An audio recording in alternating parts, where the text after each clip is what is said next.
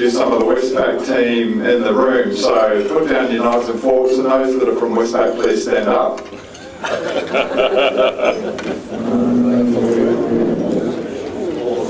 Thanks everyone. Stay standing for a little while. Look, the reason I wanted these people to stand up is because I'm very, very proud to lead these guys. They're a combination of local business bankers and bank managers here in the Hills. They do a fabulous job. Every day I remind them, and they get reminded, they've got one thing that they need to do. They need to help customers save money or make money. So one thing I will ask you, if you're not 100% sure that your cash flow is right, that you're getting the money in your pocket and not somebody else's, that your lending is maximised, you've got the good mix between your personal lending and your business lending, and you've got clever cash flow solutions that actually put the money in your pocket, you need to talk to one of these guys. So please cast your eye on one of them, just go and say hello after the event and make sure that you use them. Now, you can sit back down now, guys, thanks.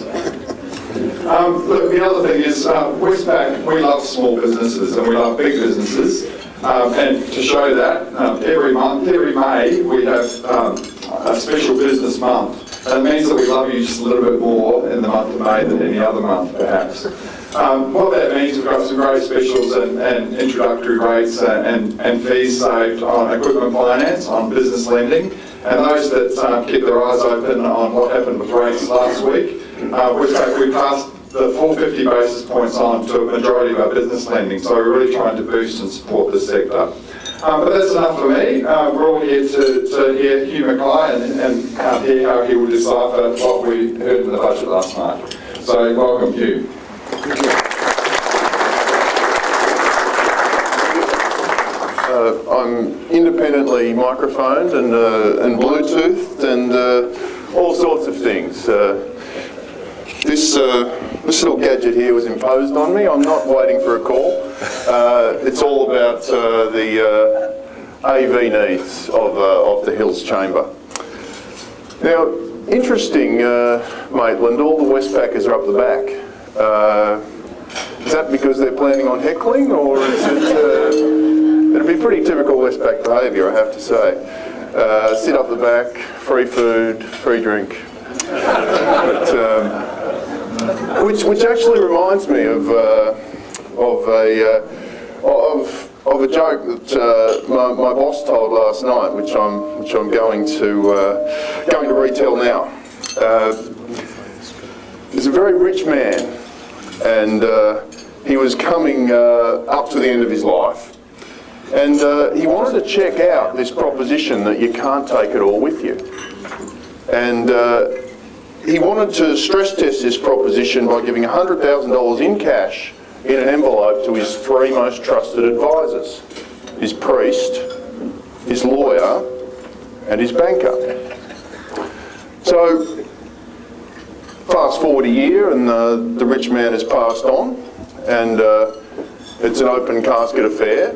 And after the wake, the banker, the priest, and the lawyer all get together and say, well, what do you think about this can't take it with you proposition? And well, the priest was the first, being of a confessing nature. He said, well, I have to say, I only put $50,000 in the envelope. I don't think you can take it with you, and I gave the rest to charity. I know that I've betrayed a confidence here, but I think it's for the best. And the lawyer said exactly the same thing. Yes, I only put $50,000 in the envelope as well. Of course you can't take it with you, but the key is that he feels a little bit better about things. And the banker said, well, I'm really shocked that you would betray the confidence of this man in this way. I left a cheque for the full amount in that casket.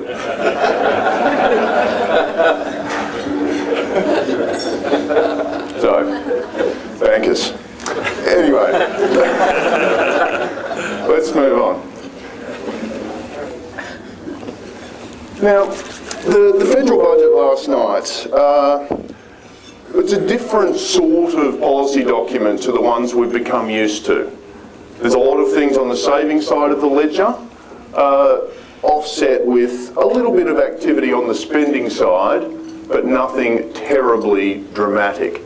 In Australia over the last decade, we've really had budgets which have been skewed much more towards the spending side of things, either tax cuts driven by a booming economy from 2007 going backwards, or in the financial crisis we were stimulating like crazy to stave off a gigantic external shock. But this year the government has made it very clear that they want to get back into the black. It's not about spending anymore, it's all about whether or not they can return a surplus. And they have been able to do this. It's not a chimera. You will find that some people will attempt to write off the surplus as a piece of accounting trickery. There's elements of that. There's shifting of payments from one year to another to make this year look good, that one a little worse, the year we're in look dreadful. But underlying it all is the fact that we did need a reorganisation of a number of parts of our welfare system. We do need to means test more things. We do need to rationalise the way payments are made, transfers are made. The wealthy are taxed, the mining industry is taxed, the way the environment and the economy interact. So there are lots of things in this budget which were needed and should have been addressed earlier, but are only really intersecting this year, or in the 12-13 year. So there's a lot to get through, a lot of detail, but also some big picture themes which we can fix on. Now, you're probably most interested, besides the things which are in the budget itself, in what it means for interest rates. Now, the government has been pretty clear that they think that it creates room for interest rates to fall. We agree with that, and our view is that we are going to get another 0.5 percentage point of interest rate cuts, and the fact that the budget is very tight and is going to pull economic growth back by a full 1%, that is putting the onus on monetary policy to give us the right mix of policy to make sure the economy continues to expand and that the weakness which we perceive in many areas of our economy doesn't get any worse. That said, we're not in a situation where we feel the Reserve Bank needs to go into panic mode. We do think that rates should be lower.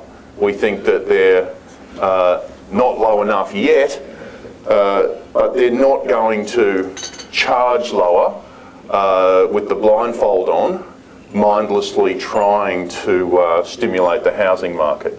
They're just trying to recalibrate interest rates, and as soon as they get some decent traction in those interest rate sensitive sectors like housing, our view is that they will ease back and let the economy go on its own. One of the things I'm really going to focus on, and you probably worked that out from what I've said just there, once I get through the fiscal policy stuff, so I'm going to talk a lot about the housing market. It has been very weak in the west of Sydney as elsewhere, and it's having a huge impact on the confidence of Australian households, just as the potential weakness in the labour market and job insecurity is having a huge impact on Australian households. So those are the 2 points which I really want to focus on in terms of our own economy, over and above what's happening with policy.